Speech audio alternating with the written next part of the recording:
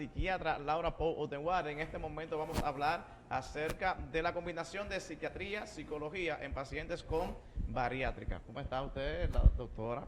Todo bien, ¿y tú, Alex? Bien, excelente. Un tema un poquito interesante. Me hubiera gustado Claro que sí. Nelson Luis estuviera por aquí, pero le vamos a mandar el No, corte, no, ¿verdad? se lo vamos a mandar el video para que él lo vea, ¿verdad? Claro que sí. Vamos, mira, hablando de la bariátrica y todo eso, vamos a poner a Nelson Luis como ejemplo. ¿Qué tan importante es para Nelson Luis, por ejemplo, la parte de la psiquiatría y la psicología? Tú sabes que Nelson Luis es mi paciente. Ah, bueno, claro. Claro que sí, porque la mayoría de los pacientes que se hacen un procedimiento bariátrico, ya sea quirúrgico como Nelson Luis se hizo, o se pongan el balón, u opten por la endoscopía bariátrica o la gastroplastía, tienen que tener un seguimiento de psiquiatría. ¿Por qué?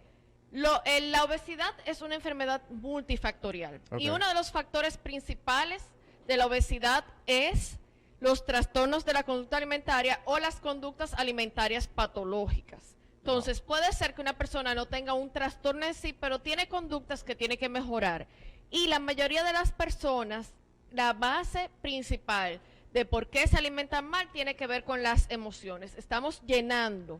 Oh, espérate. ¿Yo como por emociones? Claro que sí. ¿Cómo va Cuando a tú ser? estás triste, ¿qué te gusta hacer? Bueno, yo triste no como.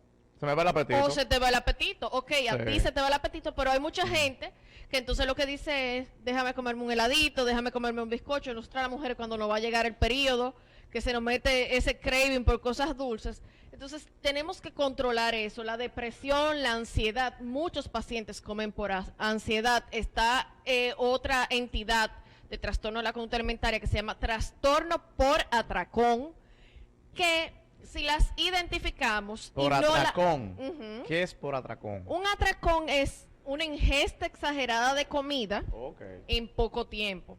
Entonces, puede ser que el paciente me coma normal durante el día y en la noche, cuando yo llegue a su casa, ha bajado el nivel de estrés o se pasa el día entero sin comer y cuando llega a la casa se come todo lo que encuentra Sí. en la despensa o en la nevera. Entonces, es muy importante identificar estas conductas patológicas que tiene el paciente para poder no solamente corregir, porque en sí el procedimiento bariátrico es una herramienta que lo único que va a hacer es que te quepa menos comida de una manera u otra en el estómago y por eso tú ingieras menos comida, pero no te va a arreglar la parte Exacto. La de parte tus mental. emociones, no te va a arreglar la parte de tus conductas patológicas y principalmente no te va a arreglar la parte nutricional. Entonces, disculpe que le interrumpa. Este tipo de pacientes debe de tratarse mucho antes de la operación, entonces. Claro que sí, se debe hacer una evaluación previa antes de hacer cualquier procedimiento y luego del procedimiento tiene que haber un acompañamiento de psiquiatría, psicología y nutrición para cambiar los hábitos patológicos de este paciente. No es nutrición para vamos a bajar de peso, es nutrición para aprender a comer. ¿Por qué? Porque si no, entonces el paciente 1 o 2 años después de haberse hecho el procedimiento vuelve a reganar el peso. Wow. Y ahí es que tenemos el problema principal, en la reganancia de peso.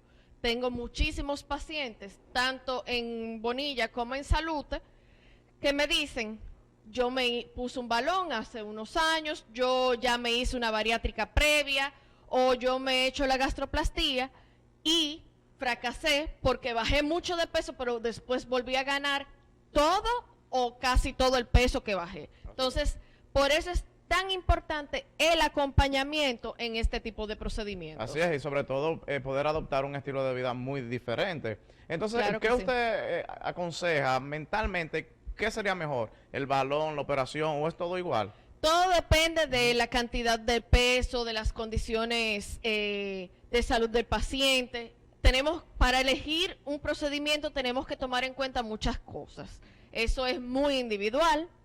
También incluso tenemos que tomar en cuenta qué tanto peso quiere perder el paciente, cuáles son los cambios de qué posibilidad tiene ese paciente de hacer cambios de hábitos. Entonces, todo eso lo tenemos que tomar en cuenta. Lo que sí es indispensable, ya sea que su médico con el que usted está trabajando para hacerse el procedimiento se lo ofrezca o no, es tener un equipo interdisciplinario que acompañe este procedimiento. Si no, va a ser una cosa pasajera y ese dinero que usted invirtió en ese procedimiento no va a valer la pena. Así es, un poquito complicado en esta parte. Me surge la pregunta también, ¿es aconsejable que una persona ya luego de la operación también se medique con la ansiedad, con eso del apetito? Claro que sí, si un paciente se hace la cirugía y tiene ansiedad, come por ansiedad, pues entonces tiene que tratarse esa ansiedad para que pueda controlar esa ingesta, porque no va a haber cirugía que valga la pena, no va a haber balón, no va a haber procedimiento de gastroplastía que valga la pena si no se trabaja la ansiedad, si no se trabaja la causa de fondo por la cual ese paciente está ganando peso.